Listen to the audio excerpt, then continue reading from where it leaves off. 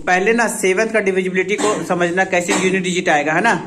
जैसे 7 के पावर में अगर 1 है तो 7 ही होता है ना। यानी कि इसका यूनिट डिजिट तुम्हारा आ जाएगा 7। अगर 7 का स्क्वायर है तो 7 का स्क्वायर क्या होता है, 49 होता है। 49 का क्या होता है, 9। 49 का 9, यानी कि 9 यूनिट डिजिट आएगा। 7 का स्क्वायर करेंगे और 7 का अगर क्यूब करेंगे हम लोग तो उसका 343 होता है और इसका यूनिट डिजिट हो जाएगा 3। और 7 की पावर 4 करेंगे तो 2401 और इसका यूनिट डिजिट हो जाएगा 1 और ये हो जाएगा तुम्हारा 1। अब अगर हम 7 की पावर 5 करेंगे ना तो फिर से आ जाएगा यहाँ पे यूनिट डिजिट तुम्हारा 7 ही आ जाएगा, इसीलिए हम लोग इसके बाद 7 की पावर 5 को नहीं लेंगे। तो यानी कि ये क्या हो रहा है, 4 बार में ये राउंड अप कर रहा है, 4 बार में। तो यानी कि इसका मतलब ये हो गया कि जो अगर पावर में 7 की पावर में कुछ भी नंबर है उसको अगर हम 4 से डिवाइड करेंगे, है ना, अगर 4 से डिवाइड करने पर जो शेषफल मेरा आता है, अगर एक शेषफल आता है यूनिट उसका अगर पावर का, तो उस समय जो इकाई अंक होगा यानी यूनिट प्लेस होगा वो होगा 7। अगर शेषफल तुम्हारा 2 आता है तो उसमें होगा 9।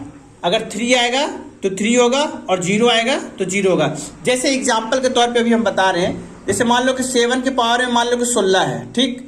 7 के पावर में 16 है तो इसका अगर हमको इकाई अंक अगर इसको बताना है तो क्या करेंगे, 16 को हम 4 से पहले डिवाइड कर लेते हैं। तो 4 से डिवाइड करेंगे तो इसका रिमाइंडर मेरा आएगा 0।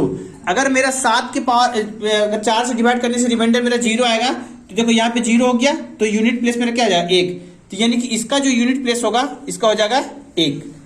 तो इसी तरह से इससे बेसिस पे अब हम लोग क्वेश्चन बनाएंगे। ये क्वेश्चन है क्या, 4387 के पावर में 245 इंटू 621 के पावर में 72। तो यहाँ पे एक चीज देखो जरा, इसको हम लोग इकाई अंक में जो नंबर है ना उसी को लेते हैं और 7 के पावर में 245 है और 245 को अगर हम लोग डिवाइड करेंगे 4 से तो हम लोग को जो रिमाइंडर आएगा ना वो आएगा 1।